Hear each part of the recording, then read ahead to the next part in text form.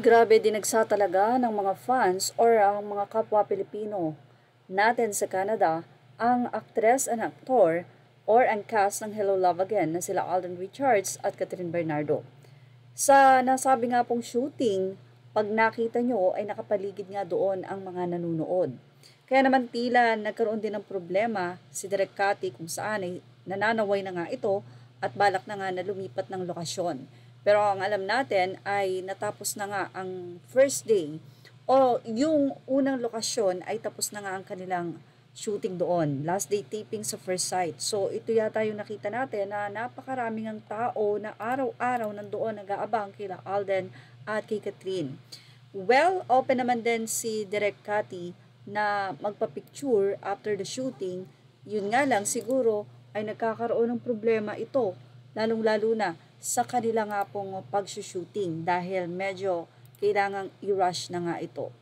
Usap-usapan nga daw na kita sa video ang pakikiusap nitong si Direk Cathy sa mga nasabing netizen doon.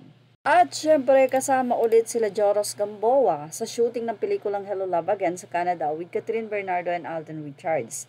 Ang akala kasi ng iba ay sa Hong Kong lang daw makasama ang dalawa base sa post ni Joros sa kanyang Instagram ng mga larawan nila Direk Cathy Garcia Sampana at ang mga bidang ang sina Alden at Catherine.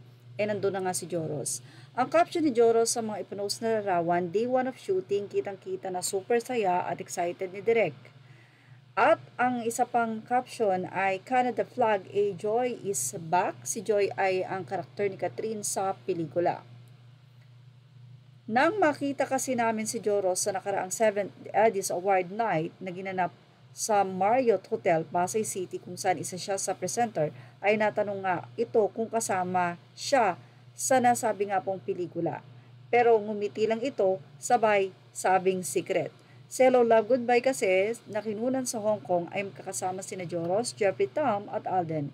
Kaya sila ring tatlo ang bumalik sa HK para kunan ang mga eksena rin sa Hello Love Again. Si Jeffrey kasi ay hindi na pala kasama sa Canada shoot dahil nagbawas daw ng tao, so baka nagtipid. Nakikinita-kinita na namin na laging nakatawa si Direk Cathy kahit stress na siya sa shooting dahil nga si Joros ang kanyang happy pill.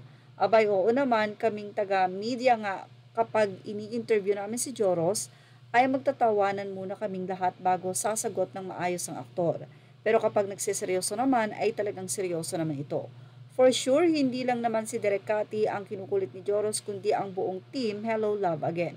Samantala, wala nang sumunod na post si Joros dahil nga binilinan na ang lahat na walang mag-share sa social media nang nagaganap sa kanilang shooting sa Canada para hindi na malaman kung saan ang next location nila.